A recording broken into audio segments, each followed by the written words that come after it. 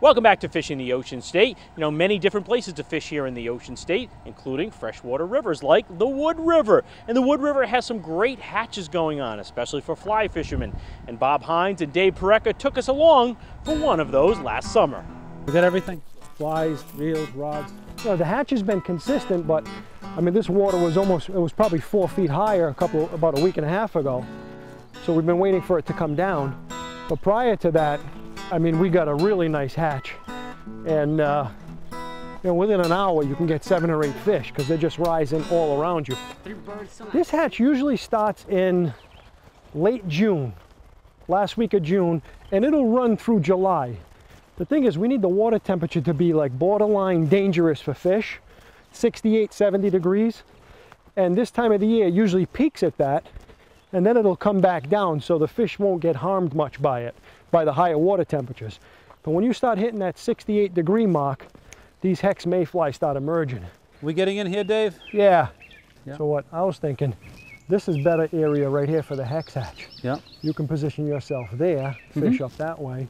I can get on this corner right here and fish that way. Okay. We'll have fish up against these banks, but this is pretty hot. This holds fish. I mean, if you want to do this one, I know this holds fish underneath these undercut banks really well. This gets fished a little heavily here, but nobody's been really fishing for the last week and a half because you couldn't. Do you think the hex will come up here a little bit later? I've had hex hatches come up right here. All right, then I'm going to go where the hex hatches come up. Yeah, absolutely. Absolutely. There's one right there. Fish just rose right there. You sure you want the lower section? You go down there. And the thing is with the hex hatches, this is probably the biggest mayfly, the largest fly that we have all season long.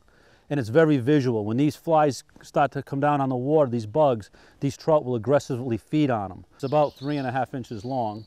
Where Dave right now, before the hatch, he's fishing a little bit smaller dry fly, probably a sulfur, right Dave? Yes, exactly.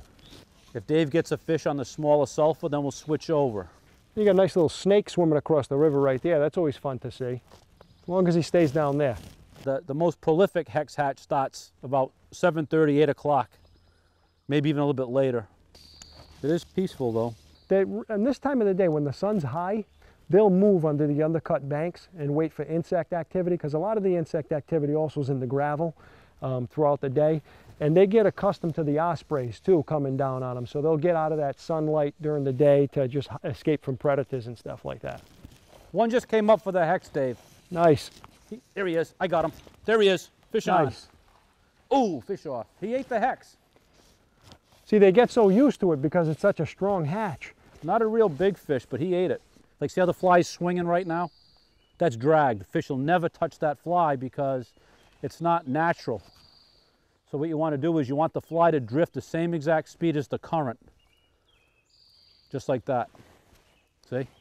And then once it starts to drag, the drift is over. It's going to be tough casting with these trees, but I just want to walk real easy so I don't kick up debris down to them. And then once fish start coming up regularly later on in the evening, early evening, then we'll try to really mimic the hatch of what's on the water, like the hex mayfly or mahogany duns or gray drakes when they're coming off. Tell you, that little small native brookie came up and ate that big hex. Can you believe it? Little native. A little tiny native brook trout like that ate that fly that's about 4 inches long. But it just goes to show you that these flies, they're looking for them. Pretty little brook trout. Go get your father. Yeah, that's the hex fly. And because this hatch happens close to dock, a lot of it's just sound. You know, you have an idea where your fly is, and then every time you hear a big swirl, a big blurp, you know, you just set up. Still not many fish showing, but it's still early. Yeah, we're going to go. It's 8 o'clock now, so I'm going to put on a big hex wolf. Oh, just missed one. Did you? Yeah, he took a little brook. He took the hex fly. Yeah, first cast. Come on, eat it. Anything going on down there, Dave? No, it's quiet. This one fish comes up every once in a while, but he's tucked underneath this bank pretty good. I can't entice him to come out. Not much of a hatch. Sorry, Nothing. But they came up though. You know, even earlier on we had a few come up to the fly. Oh, there's that fish again. There's a lot of fish in this pool. That'll There's a fish in there. Good job.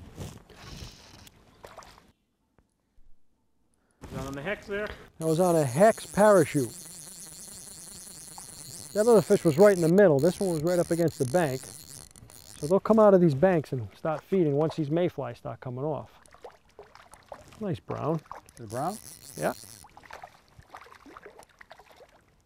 Come on, little girl. I'm going to let you go. I'm going to let you go. All right, okay. She's gone. Beautiful.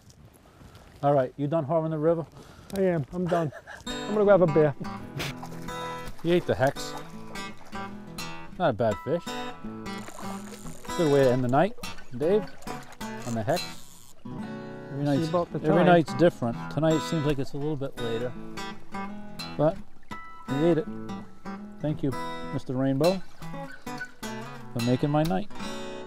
We certainly ran out of daylight before we ran out of fish.